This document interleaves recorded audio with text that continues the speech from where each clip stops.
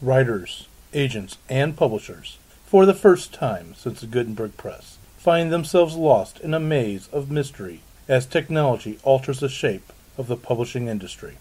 Searching for Answers is a group of writers throwing pop culture, writing, and publishing into a crucible of clarity, passion, and humor. This group is the Right Pack.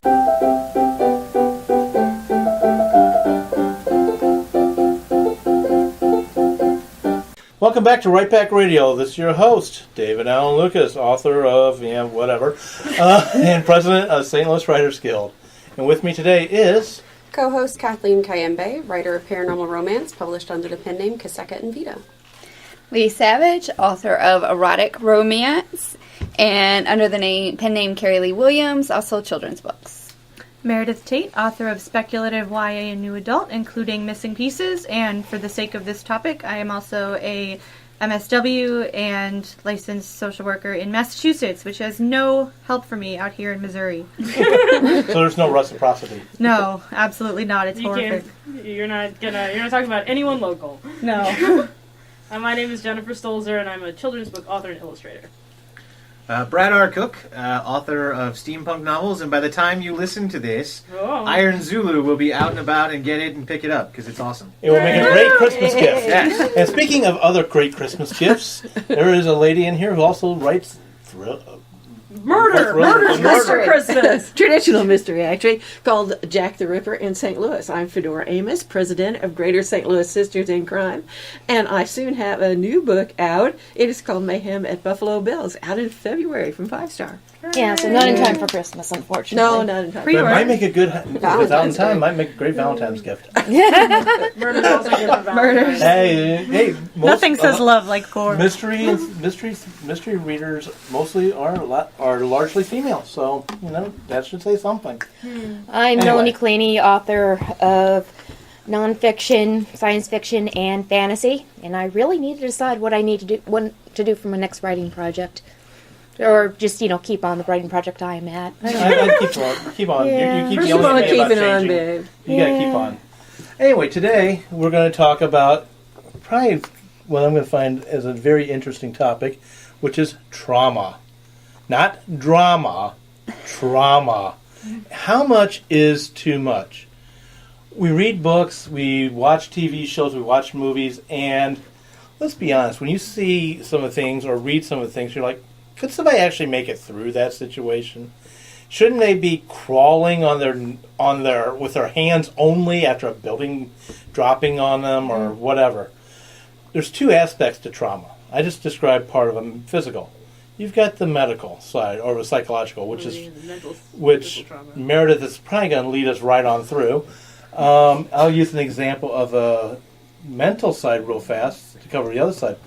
I've talked about this before as being one of my favorite scenes in a TV show called Luther, where this is a story about a detective in England who chases down serial killers and other like crimes and gets to them. It really does get to him. And there's a scene where his cell phone is going off and he's making a decision, should he answer it or should he pull the trigger on his pistol that he's got in his mouth. Now it's a revolver, he's playing Russian roulette.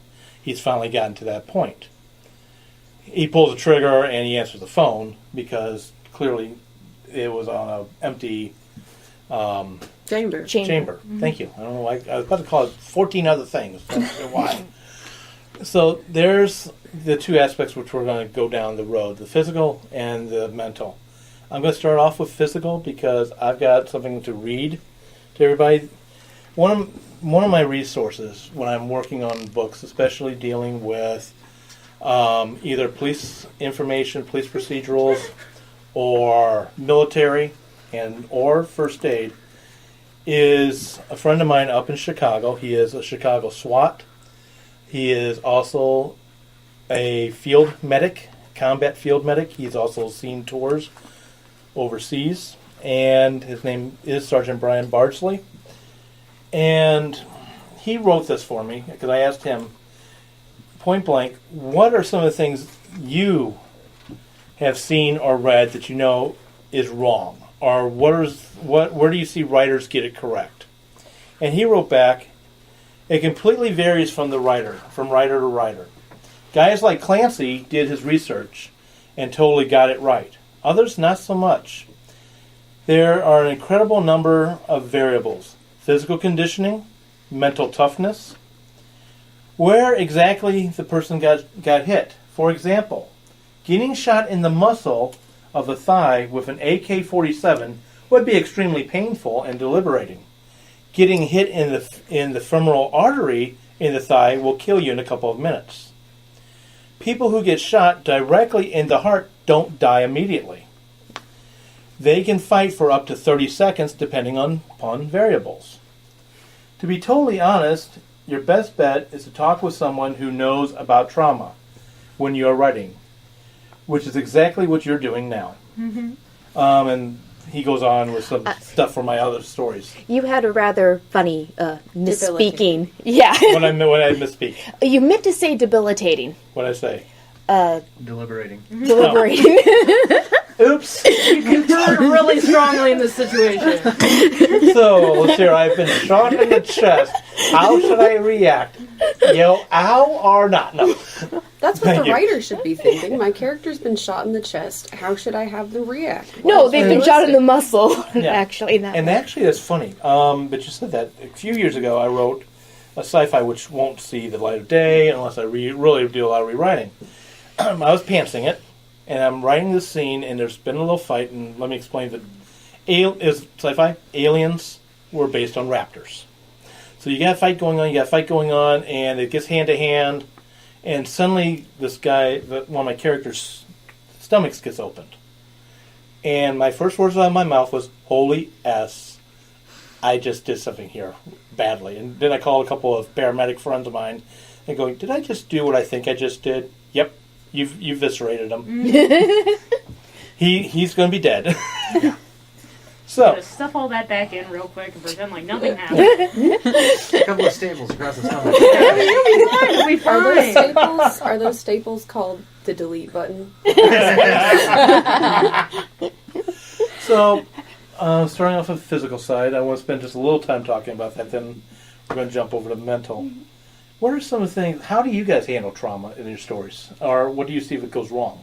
Well, okay, in Iron Horseman, which is my steampunk novel.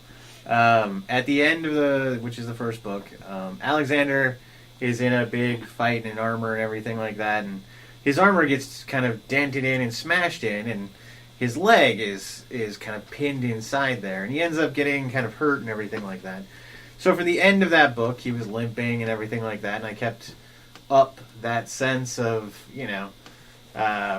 trauma that had happened, physical trauma that had happened to him. And then just to kind of caveat into that, when you read Iron Zulu, you get more of the mental side of that trauma. We'll go into that later. But I think if you're going to hurt your character as a writer, understand that, every injury has kind of a series of things that's going to happen after it. Well, I think it's I see more often people ignoring the effects of physical injury in action books and action movies and action video games. Main character gets shot in the arm, but he can still use that arm just fine. It's great. And I always laugh. It's supposed to be really dramatic, but it's funny to me because that's so not real. Just think about the last time you stubbed your toe and how long it took you to recover from that. Sure, you're not full of adrenaline because you're in a firefight at that point. And it's true that some people, they get scratched and bumped or whatever, and then they come out the other side of their fight and they're like, wow, what happened to me? Because they were so distracted by the fact they were trying to stay alive. But you get shot in the arm, you get shot in the leg, you get punched in the head. Those things have effects on how your body works, and you can't really control that. Exactly. Oh, I think I want to talk about two films. One that did a physical trauma somewhat well, somewhat, because there was no real pain effect. Maleficent, starring Angelina Jolie, she gets her wings cut off, and her balance as she walks is completely different. Like, it's clear she's been thrown off because this weight that was a counterweight is suddenly gone. And I like that it did that to show that this physical trauma that she has just suffered has had some effect. Like, she wasn't writhing in pain, which is something that maybe should have happened, but magic, so I'm letting it pass. Yeah. The movie that I don't think did it well was Prometheus. It's a very pretty film. Oh, Prometheus. But if you Do we had, have an episode entirely on that? if you have given yourself a C-section to get an alien baby out of you, you do not then go running off fighting aliens and No. survive. You don't? You keel over and die Yeah. because you've had you're split open. Like, You're exsanguinate Oh, no, internally. wait. They did sew her back up, but no. I don't care how great their medication is. She wasn't even in there for long enough to do the healing process thing. She immediately started running. I was like, lady, Yeah, it's like they zipped her into a super tight bodysuit, Yes. and that made it fun. this Yeah. is like a staple situation. It should have been a backspace situation because I could not believe anything. The whole time I was just wincing because she should have been, it was so bad. I'm going to go to Brad, Meredith, Fedora, and then I'm so going to bad. come to me. I've got something to tie in with real life. Right to you, what you're talking about. But first, go ahead. Just to throw out another movie, because I just saw it the other day, and I'm calling out only the movie. I have no idea about the books, but Divergent. She gets shot in the arm and literally has no other problems the entire rest of the movie Mine's because she tiny, got too. shot in the arm. She can use that arm. She punches people. She chucks knives. She does all this She's got stuff. an accuracy. Yeah, of it. she shoots like crazy, accurate. And yet she got shot in the arm. And in fact, when she gets shot in the arm, she's just like, oh, I got shot. And then just kind of keeps going. And it's like, okay. I didn't remember she got shot. That's not because she didn't act like she Hit got in the shot. arm when she's running. So Okay, There you let me dovetail then, since you guys have both thrown this in, and then I'm going to turn back to you guys.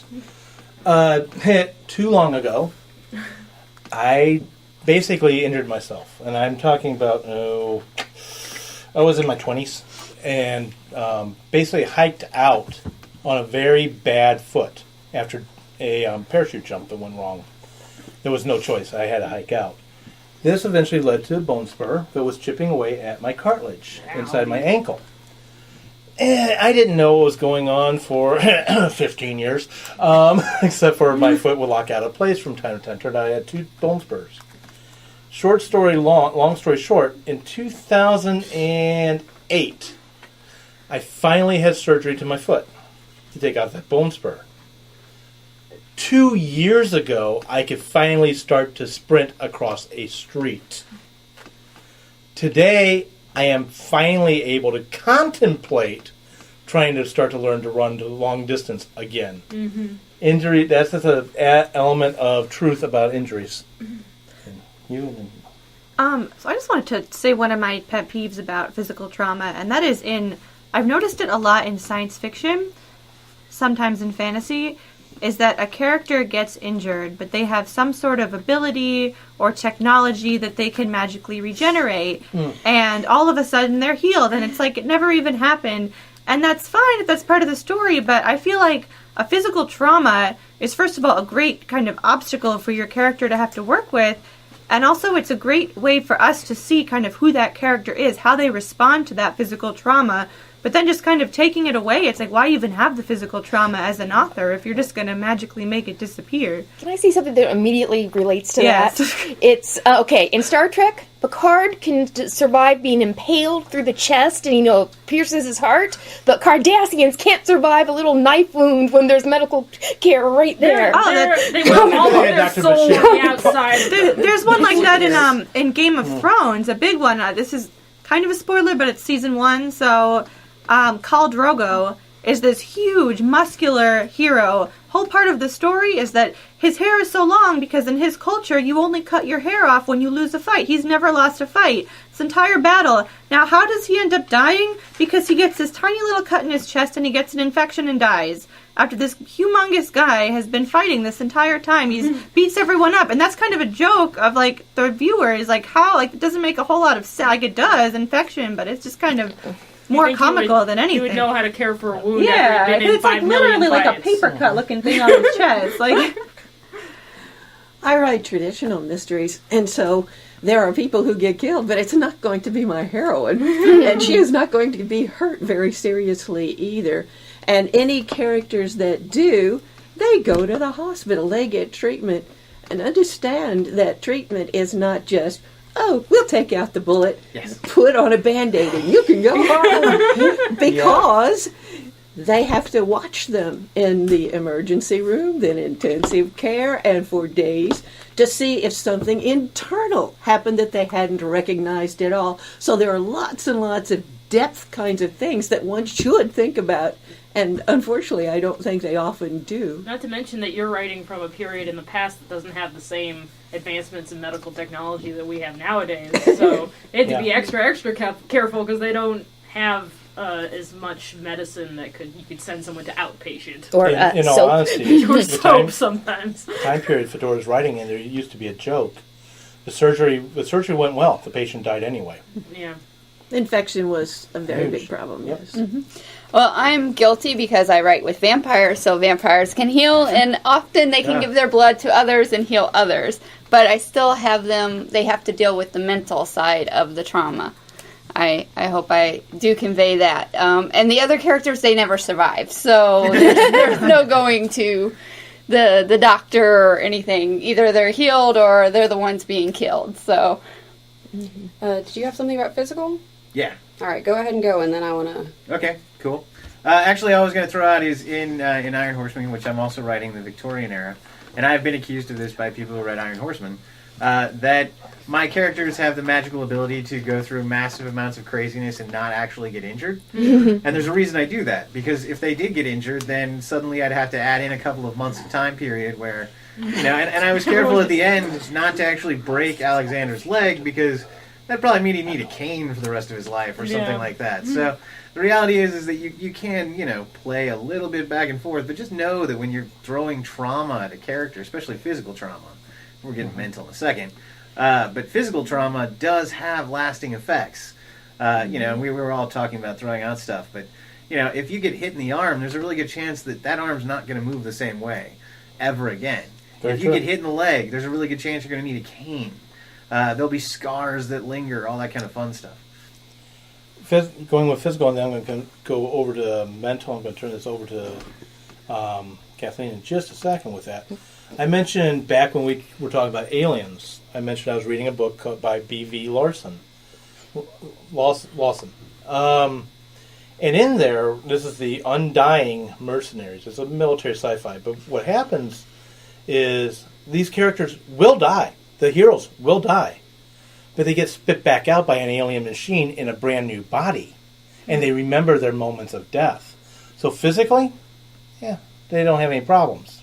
Unless they didn't update and they turn out to come back out as 19-year-olds when they were 50. But mentally, there's a huge issue that he plays with. I was going to bring up a car accident that happened in '06. I was in traffic and someone hit my car in a way that dislocated and fractured part of my foot. It didn't hurt too much. I think it was adrenaline. I limped, but I was laughing and joking. It was just a flesh wound. I didn't know how bad it was till I got to the hospital and people were like, "Do you want pain meds?" But really, do you want pain meds? So to some extent, I can understand when you've got your adrenaline going, not feeling things that otherwise you would feel more. I could certainly feel pain, and I certainly favored my other foot, but I was still mobile. The thing is, the injury took a long time to heal, months. Crutches are no fun. Being stuck in bed is no fun. You get antsy real fast. Not being able to drive, antsy real fast, especially if you're used to it. But the thing that took the longest to heal was my mind. In driving situations that were completely unlike the one where I had been hit, I was suddenly having, flashes of panic and, remembering this car that had come from nowhere, seemingly. And that took the longest to get over, to be able to drive and not feel that residual mental trauma from what had happened. So I think we should talk about the mental traumas that come with injuries, too. Physical, whatever. It doesn't just happen to your body, it happens to your mind as well. It's a good transition. We can talk about the mental effects of physical injury, and then we can talk about just receiving a mental injury. I think that's a good plan. So with that, Meredith? I think I'm going to wait until we're just talking about the mental one, because I wanted to talk about PTSD. Okay. Brett? Well, just to kind of throw out that, so for many, many a year, I was a fencer. And in fencing and swordplay, I have received many cuts and stuff like that. I have put a katana into my thigh, which, sucked. And as you said, at the time, I just slapped a Band-Aid on it and kept on going. Didn't really care. That scar actually did not go away for about 10 years. Mm-hmm. And now it's mostly gone and everything like that because your body does tend to heal and stuff. But, those kinds of scars do linger, that kind of mental effect. Now, because it was me and mostly doing it to myself, I have no fear of swords or anything like that. But, it is kind of that way. However, in terms of being attacked by animals, which has happened to me before, does actually linger to the point now where I actually do have a reservation about certain people and animals that I see that are acting in certain ways. That will cause kind of that trigger motion where you go back. And we'll talk more about that in a bit. But yeah, and Brad knows, actually most of the people at the table know I've been in various physical confrontations. I'm not going to go into details. Some of those have been with real live swords. I still have small cuts on my arms from some of those confrontations. I won't talk about what happened with the opponent. But the psychological aspect of it, everybody at this table pretty much knows I prefer to sit in what they call the gunslinger chair. I sit with my back to the wall, if possible, where nobody comes up behind me. And my head is, as others will say, is on swivel constantly. Yes. And I absolutely hate big groups to be in there. And it's all from all those incidents. Yeah, being surrounded by people. Oh, God. Like when you're surrounded 360, if you have an out, you're fine. Uh-huh. It can be one out, like just the fact that nobody's standing behind you and there's 1,000 people in front of you, no Yep. problems. But the minute you have 5 people surrounding you, that's a problem. Uh-huh. Dora? Jen? Okay, Me. Jen? And as far as writing a character is concerned, I mean, you guys are describing a situation that you run into in your actual real lives. And last I checked, you haven't saved the world yet. You may soon. I don't know. I can't write my memoirs because anybody who reads them, I've got to kill them. But go ahead. But you guys are normal people that I see on a regular basis. If you're dealing with a character that is encountering, pure evil and monsters and things like that they do have people hunting them all the time, then those are mental scars and mental retrainings that you should probably consider when you're looking at writing a realistic character. Yes. Yeah. I was just thinking, I haven't done it in a while, but I used to fall a whole lot. And the thing is, even when I actually hurt myself and gave myself some nice scars, I didn't really have a fear of falling again. I was always falling in very normal situations, not risky situations. But yeah, if there's it's sort of like if it's a natural disaster, maybe you're scared of thunderstorms if you were in a tornado, but besides that, you're less likely to have psychological damage. But if something unusual, if you're attacked either by an animal or by a person, it's more likely to be psychologically scarring. Something that you can see a sign of it, you're always seeing it approaching places. Well, real quick, my fear of heights stems from being almost thrown off a bridge, where somebody picked me up and almost threw me off an overpass. And because of that, I, to this day, I still have, the sense of agoraphobia. Not agoraphobia, acrophobia. That's being afraid of everything. I'd like to try to link this to writing. Yes, please. Please do. May I attempt that?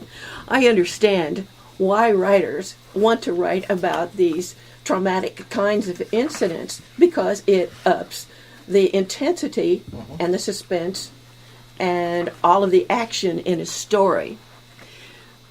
But I think what we have to think about is how much is too much for the particular kind of thing that we're writing, because there is an entire spectrum of physical violence that one might apply, all the way from cartoons. I mean, we expect the Roadrunner to be perfectly fine after a 2,000-pound weight is dropped on his head. No, that's the coyote.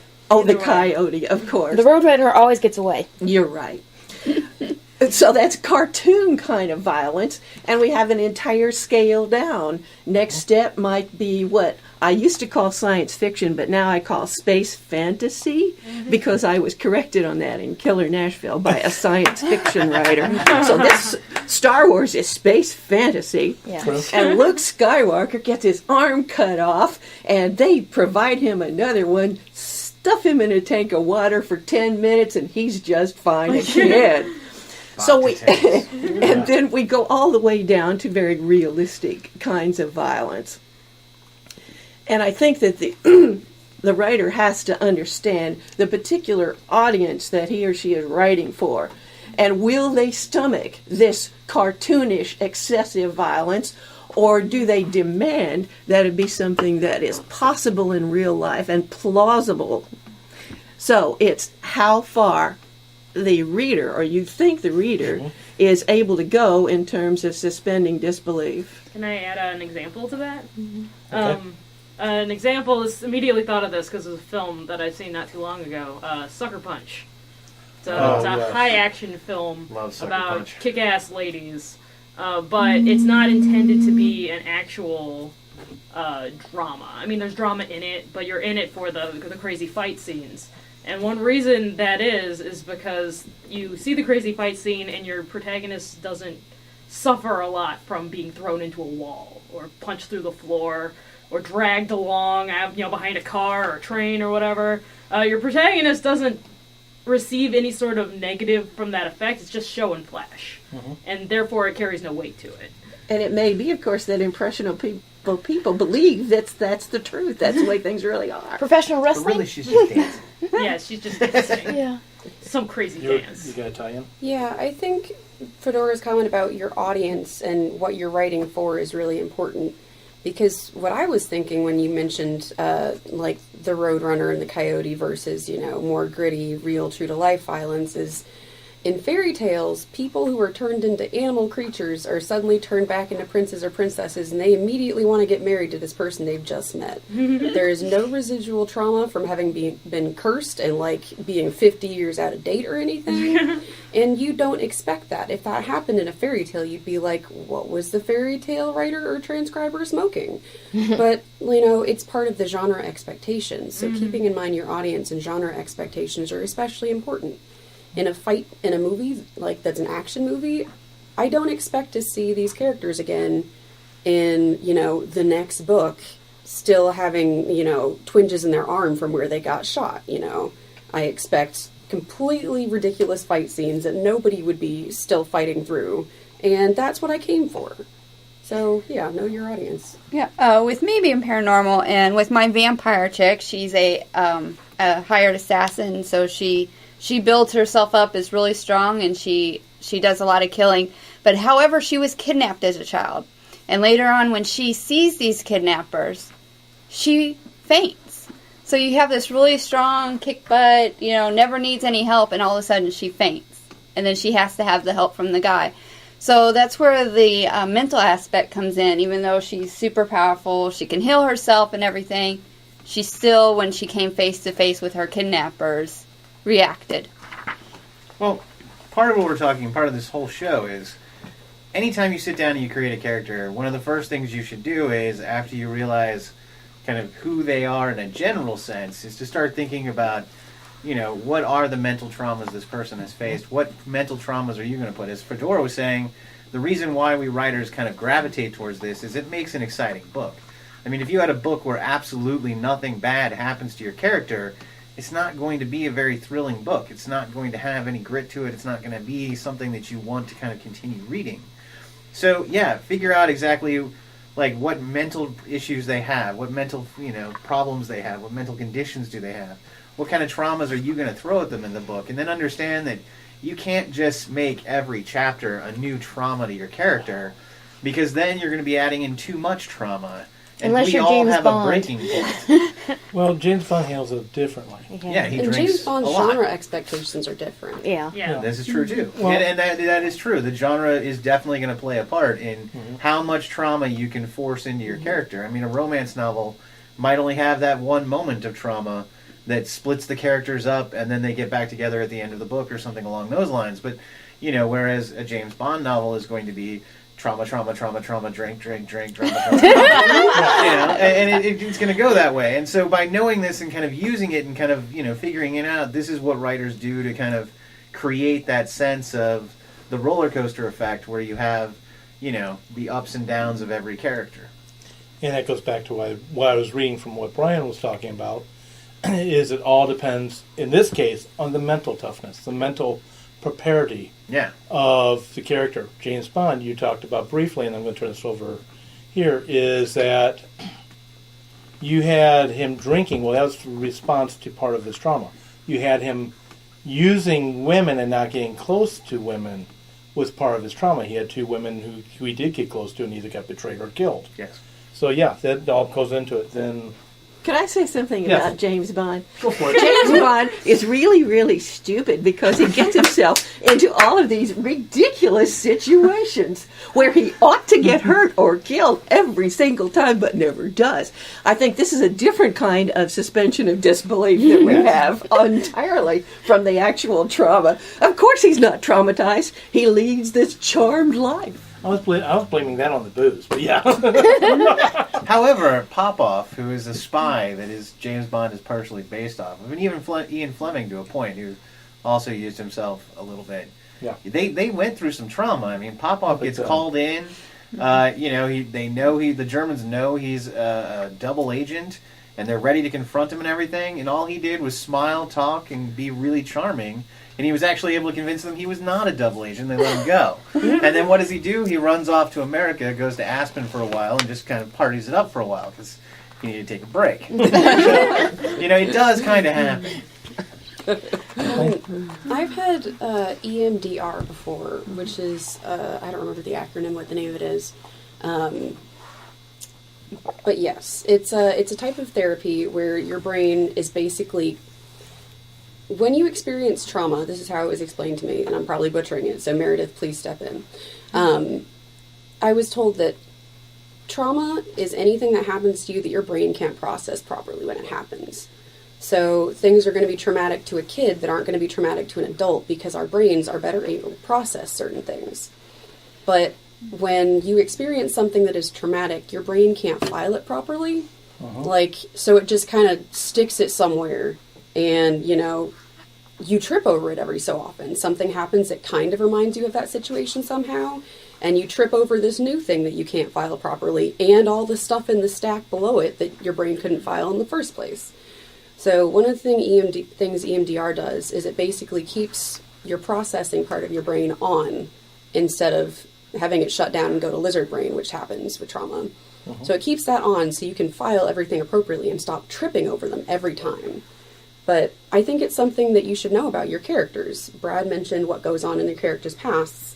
And one of the things that happens is you have things that are kind of traumatic to you. And, for example, if your parents didn't have the greatest relationship and you're in a relationship, being in love might be the most terrifying thing that has ever happened to you.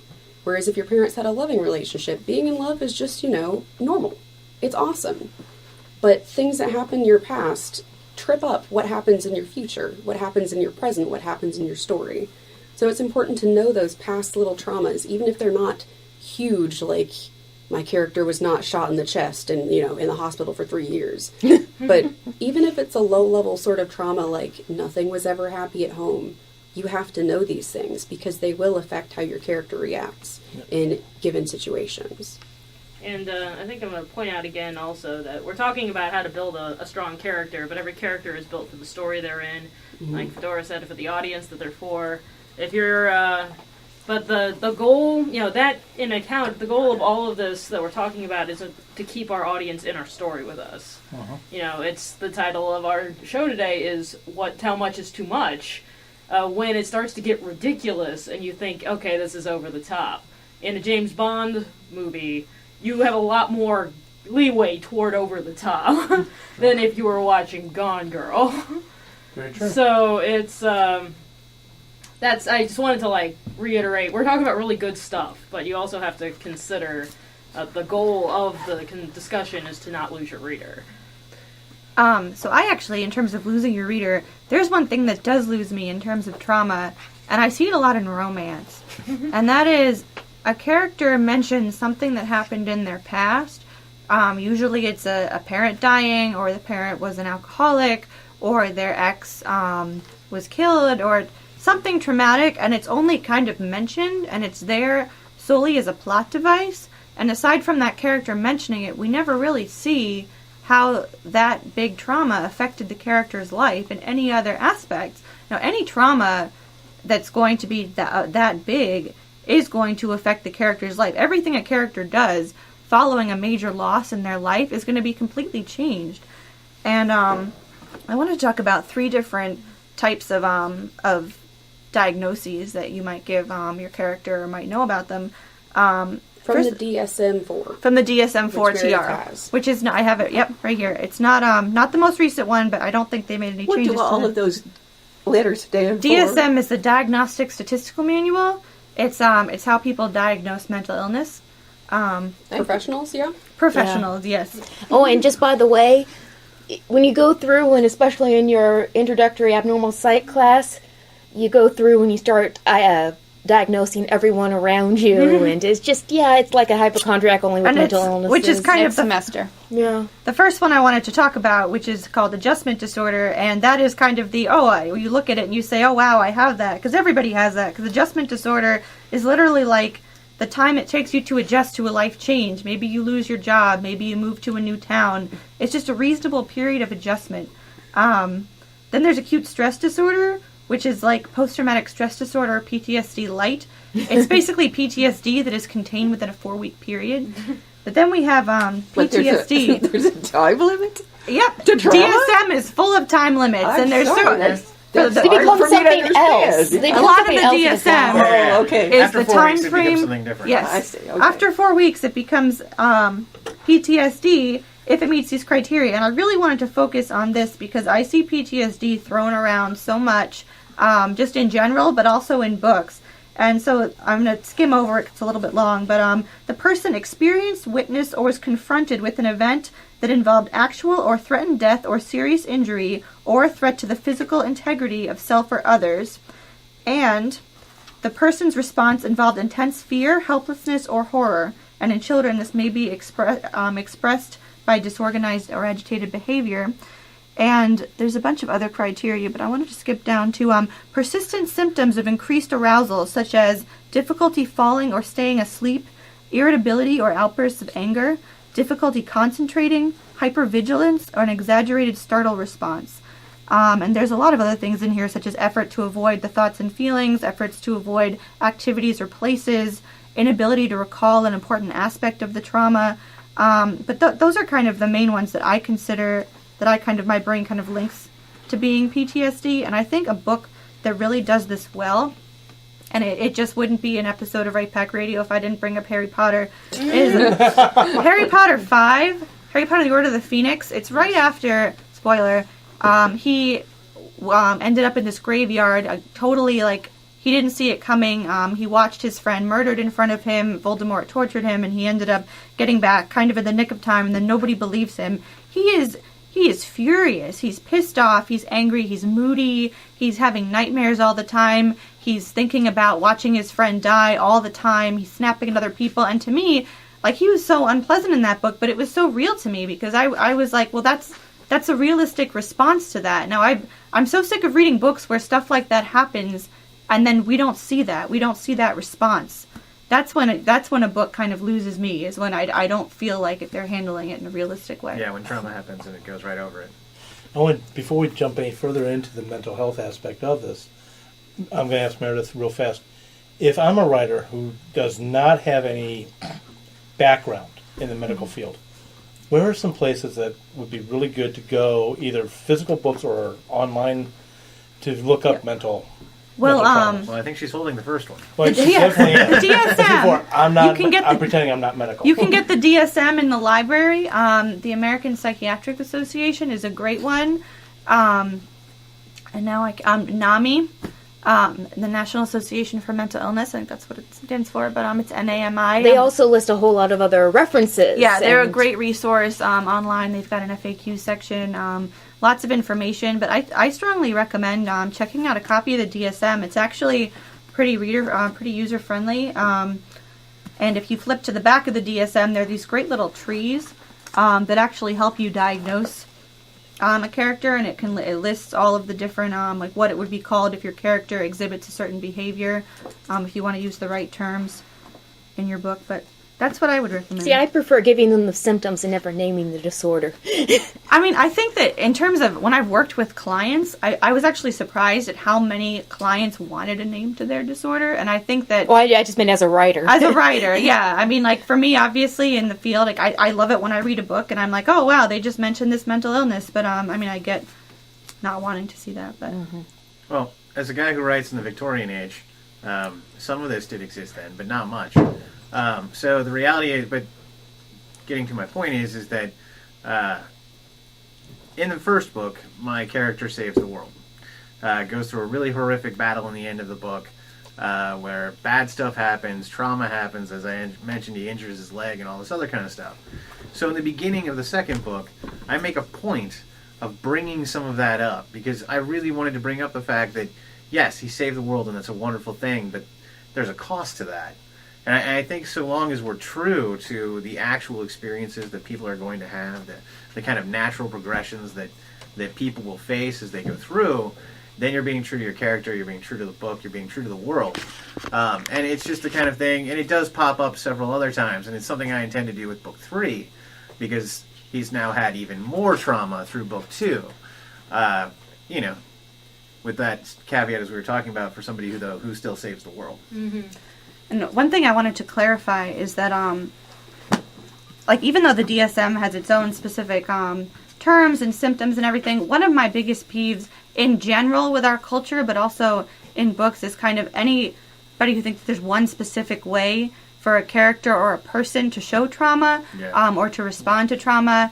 And my biggest peeve is when somebody tells somebody else, like, you're not grieving properly, you're not responding in the right way, you're not dealing with that trauma in the right way. And it's important to remember that maybe there are more common responses to trauma, but there's no one correct response to trauma. I wanted to bring up why I had wanted to have this topic be one we discussed in the first place. James Dashner has a series of books called the Maze Runner trilogy, with a prequel as well, so quartet. I think it's a tetralogy, isn't it? One of those words, or multiple of those words. So the second book in the trilogy is called The Scorch Trials. And in that book, Thomas, the main character, went through so much trauma just from the first book through the second book, because the trauma's never stopped, that I stopped believing in him as a character. He had gone through so much that I did not know how his mind was still functioning. Like, I can see continuing to move physically, but his mind wasn't reacting the way I thought that it would, being a teenager and having gone through so much and still going through hell. Because the premise of the stories is these kids are put through numerous hellish situations because there's an enzyme in their brain or something that is going to give scientists the cure to a plague that is killing humanity. Like, all of humanity. So these kids don't know why they're being put through all these things, though. And midway through the second book, it got to the point where I didn't believe in Thomas as a character anymore. I'm glad I finished the second book because I liked the third one, but the author lost me. And it got me thinking, how much is even believable for a character to go through? At what point do characters stop being an immersive reading experience and start being ridiculous?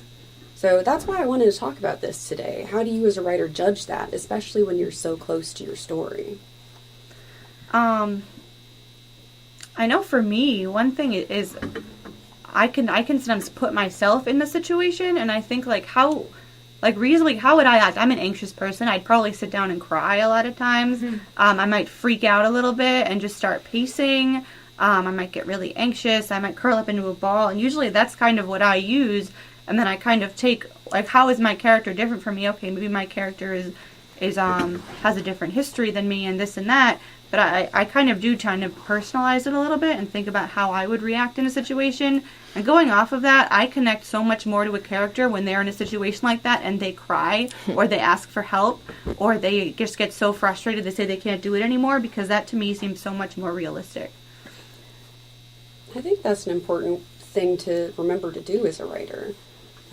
We all put a part of ourselves into all of our characters, even the most reprehensible ones. And making sure you employ that sort of empathy and put yourself in your character's shoes and think about what would have happened that would change their reactions from yours is a really good way of making sure you keep things authentic. Yeah, I don't remember what it's called, but there's... If you can just divide people into two types of people, there's a type of people that... Type A and Type B is completely the wrong way to say it, because basically there are people that respond well to stress and people that don't respond all that well to stress. The people that respond well to stress are the ones you want in Special Forces. It's not that they never get PTSD, it's that they're less likely to get PTSD. They're less likely to be debilitated by it. And the Army has done a fair amount of research trying to separate out these two people.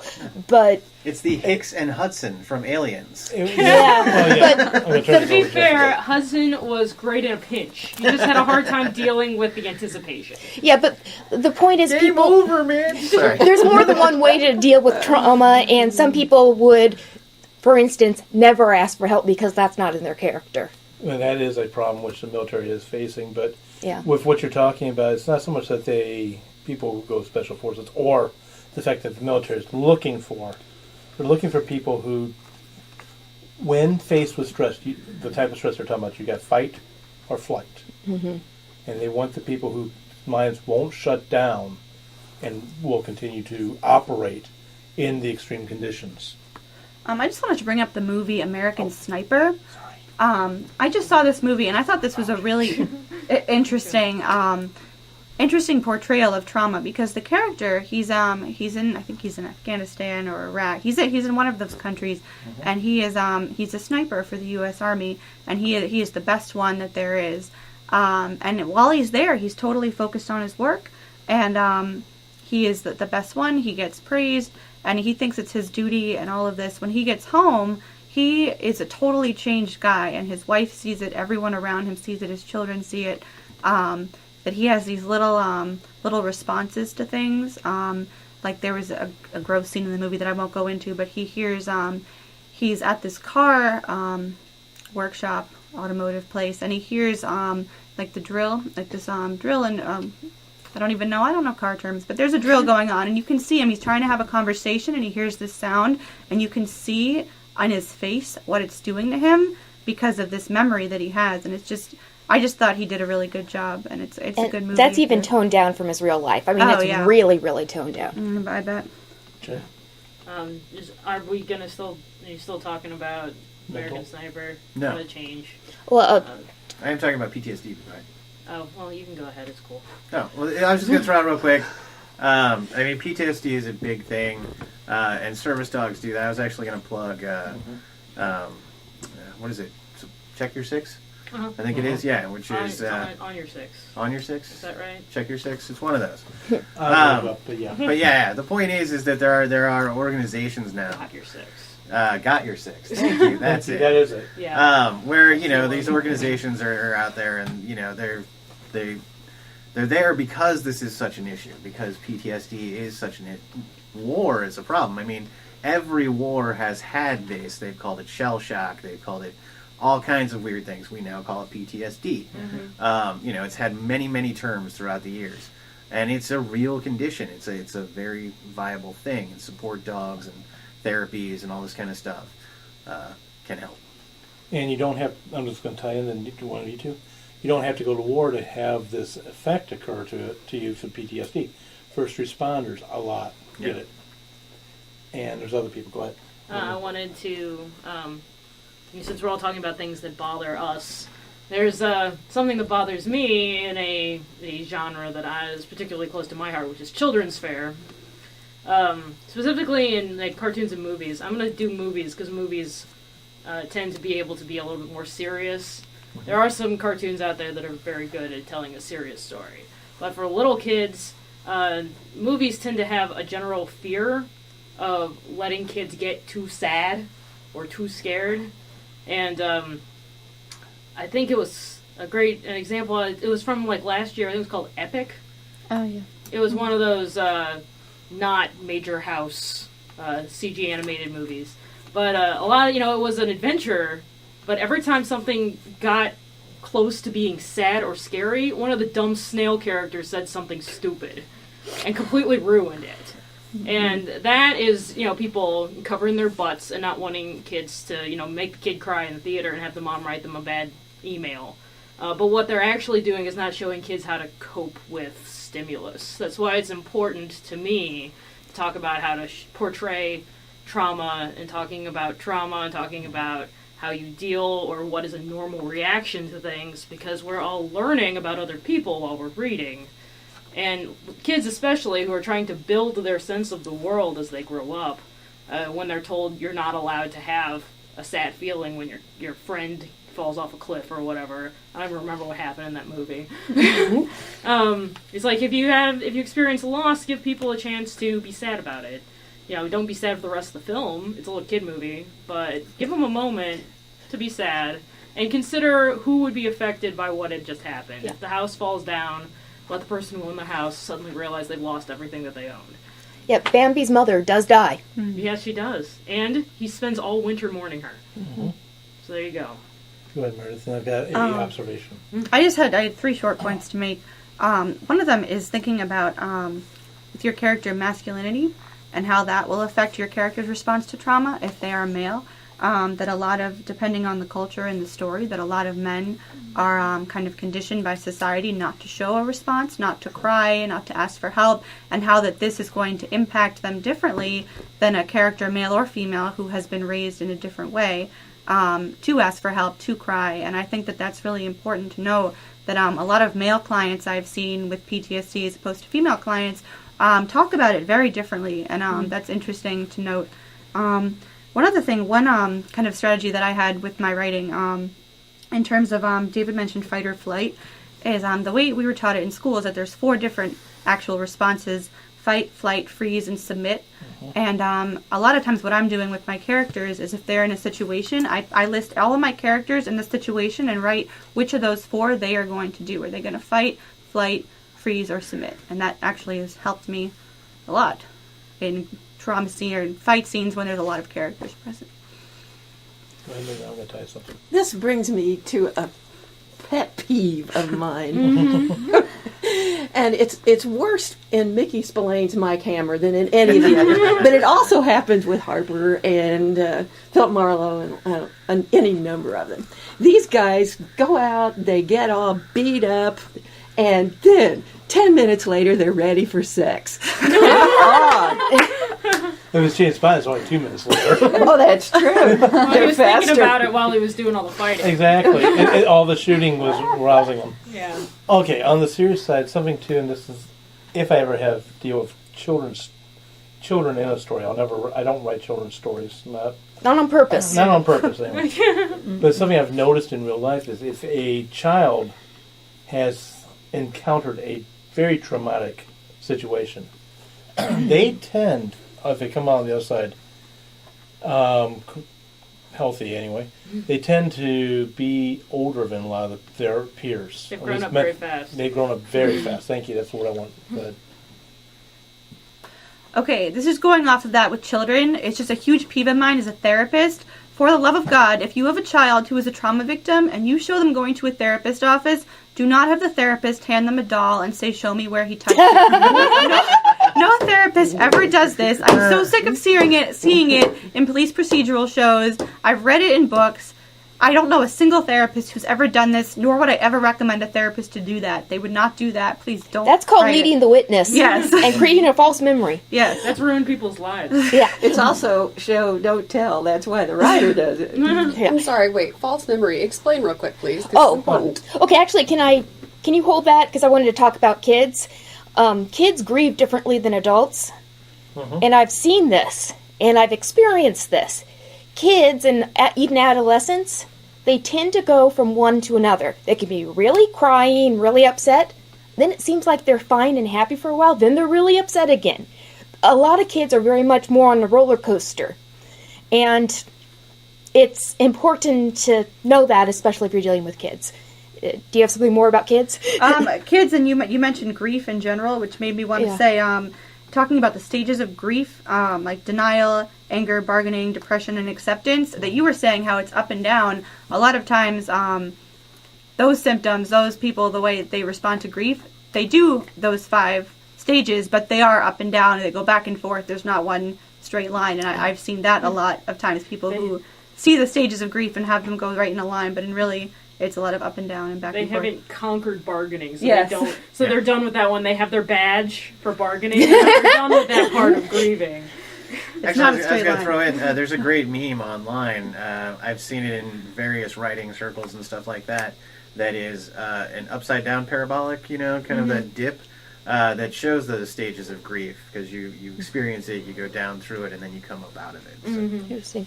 Going back, I want to go back to Kathleen's question about what is false memory, because that also, correct me if I'm wrong, Meredith, that also can come out of trauma.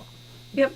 False memory is completely forgetting. I've known people and I've had clients who something very random will trigger them, and then they will remember this period of sexual abuse or physical abuse that they had no idea that they even experienced in their life. It definitely can happen. Yeah, to what the question that was asked, what are false memories? False memories really fall into 2 categories, and that is one that you create yourself, that probably never happened, and for some reason you've created and concocted this. And the other one are suggestions that have been given to you. So you have a conversation with people, maybe it's your parents, maybe it's a therapist or something like that, and out of that you build up this sense of memory that doesn't actually exist. I will say, though, that this gets thrown around all the time, and I hate it, because there is actual true memory that can be, there are ways of remembering things. A lot of trauma victims, especially people who've experienced a lot of grief or a lot of trauma, they focus on that. They revisit it daily, hourly. So the reality is, when you come back later and say, oh, that's a false memory, sometimes that's not a false memory. Sometimes they've literally been holding on to that memory, which is why they have perfect recall of that. You can have a false memory that's been brought up, but you can also have a true memory of an event. In my psychology classes and psychology of memory, maybe you should think of memory as like an open Word file. And every time you review it, you're making edits. And every time, those edits are automatically saved. So every time you relive a memory, if you make any changes to that memory in your head, they get changed. Now, they don't necessarily, you can remember something without making any changes, and usually the file degrades over time, with the exception of very vivid memories stick around for longer. But yeah, if you truly forgot it and haven't thought about it for a long time and then got brought up, you might not remember all those details, but what you do remember is more likely to be right because you haven't been adding all along. And even if you're making that false memory yourself, most of the time it was implanted either by society or somebody I else. imagine that a lot of false memory is probably a coping mechanism too. You're trying to make sense of what happened to you, and you don't know all the details, so you fill in the blanks. Yes, filling in the blanks is one of the prime ways false memories happen. Yes. And they're really easy to implant, either by purpose or on accident. Well, the human mind is always looking for sense. It's like trying desperately to understand. Yeah. So. But sometimes it really did happen the way you remember it. Oh, yeah. And sometimes you wish that that memory degradation would go. Exactly. But one of the more therapies for PTSD is you remember it while you have a drug that will keep you calm. So then the emotions that are associated with that memory are now the calm emotions rather than the anxious emotions. And that's really effective for some people. Corrective experiences to fix trauma, very helpful in therapy and in life, even if you're not going to therapy. If you had a problem with the crowd, go into crowds more and get used to it again. It'll help you. That's how I get over snakes. And if you have a problem with the second Desensitization. Yes. book in the Maze Runner trilogy, read the third one and you'll be okay. I'm going to circle this back around. And for the ending is, how much trauma is too much trauma? The answer is, it depends.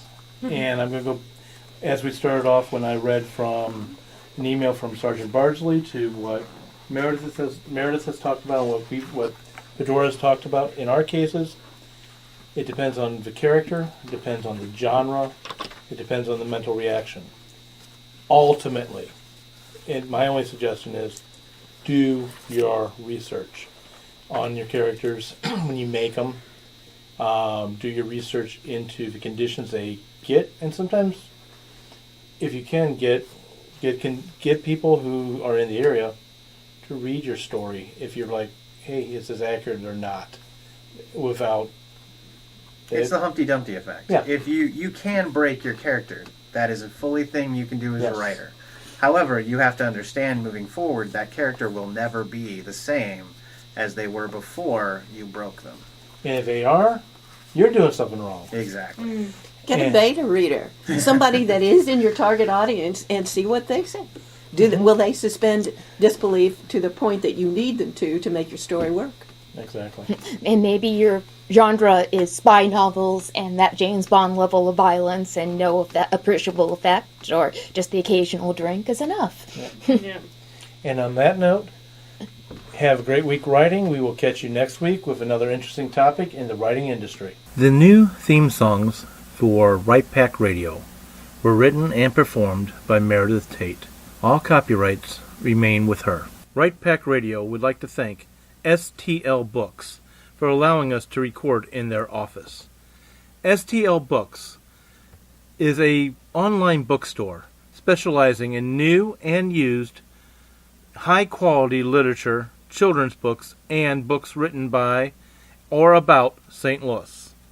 Please visit them online at www.stlbooks.com or find their store on the Amazon.com website.